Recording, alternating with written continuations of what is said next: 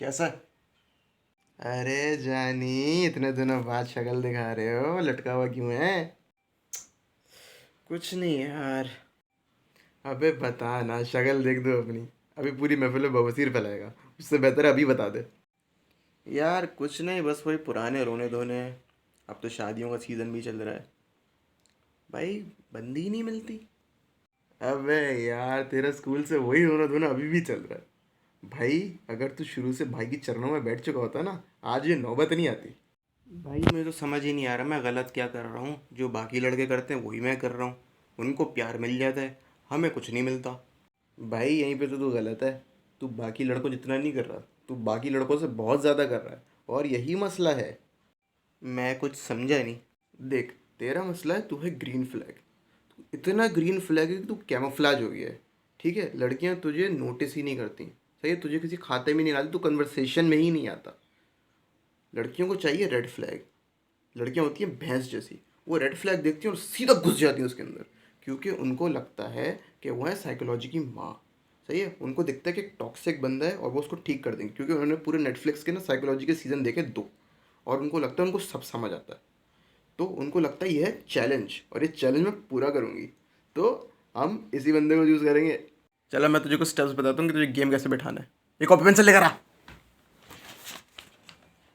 तो लिख प्रभु। सबसे पहला स्टेप होता है शोइंग इंटरेस्ट, और हमने बन जाना है इस्लामिक बैंक, क्योंकि हमने इंटरेस्ट लेना ही नहीं है। तो बेशक अंदर से कितना भी पिघल रहा हो, तुमने मुड़ के पू को नहीं देखना। उससे उसकी ईगो पे हर्ट हो जाएगा। और वो बोलेगी कि भाई, मुझे तो इससे टेंशन ज़रूर निकलवानी है। Bring this over to our second step, responsiveness. Responsiveness में क्या करते हैं कि पहले दिन बात करने के बाद तुमने इनकॉग्निटो हो जाना है। रेडार में ही नहीं आना तुमने। सामने वाला बंदा खुद परेशान हो जाए कि भाई ये गया किधर, कहीं मर मरा तो नहीं गया।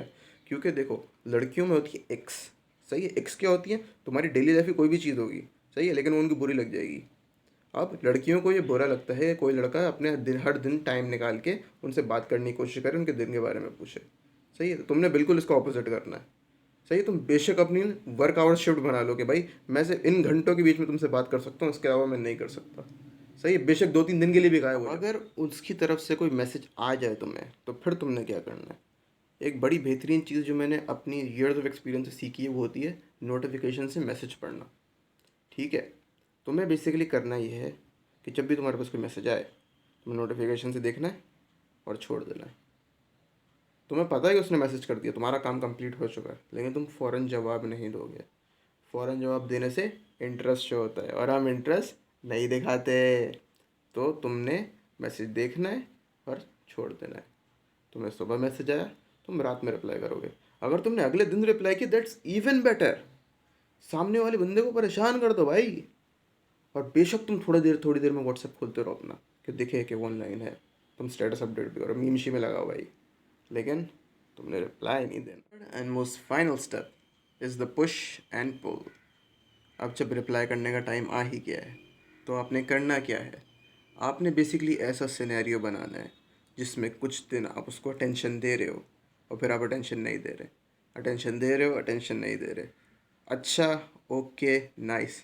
ये आपके 3 बेस्ट फ्रेंड्स बन जाएंगे। आपने इन्हीं में उसको घुमाते रहना है। एट वन पॉइंट वो आपके अटेंशन से इतनी हिच हो चुकी होगी कि उसको लगता होगा कि वैलिडेशन ही सिर्फ आपसे मिलती है उसको। और फिर वो आपकी वैलिडेशन के बगैर रह ही नहीं पाएगी। एंड कंग्रेचुलेशन सर, आपको बंदी मिल गई है।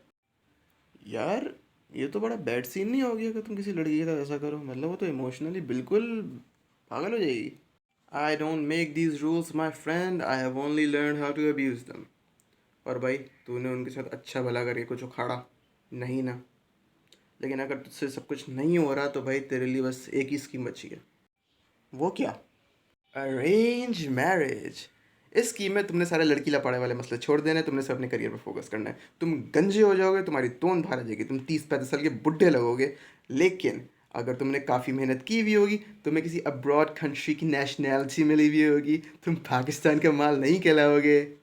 उसके बाद तुमने सारा काम अपनी अम्मा पे छोड़ देना है। वो तुम्हें तुम्हारी कोई औकात से बाहर लड़की ला के दे देंगी, जिसको ऑलरेडी तुमसे मोहब्बत हुई होगी, हालांकि तुमने उससे कभी बात भी नहीं की होगी। एक हफ्ते पहले तुम्हें जानती भी नहीं होगी, but according to your WhatsApp and Instagram statuses, she has been blessed with the best. हाँ, बस एक चीज़ का ख्याल रखना कि तुम किसी 24 साल के वेले लड़के की बच्ची मार के भाग रहे होगे इस सीन में। तो अगर उसने बद्दुआ वद्दुआ दे दी तो हाँ ख्याल रखना, सदके वर्ते उतार देना, कोई मसला नहीं होगा। लेकिन एक सेकंड, इसका मतलब तो बस यही नहीं है कि मैंने पैसे दे के प्रीमियम पैकेज खरीद लिया। यस।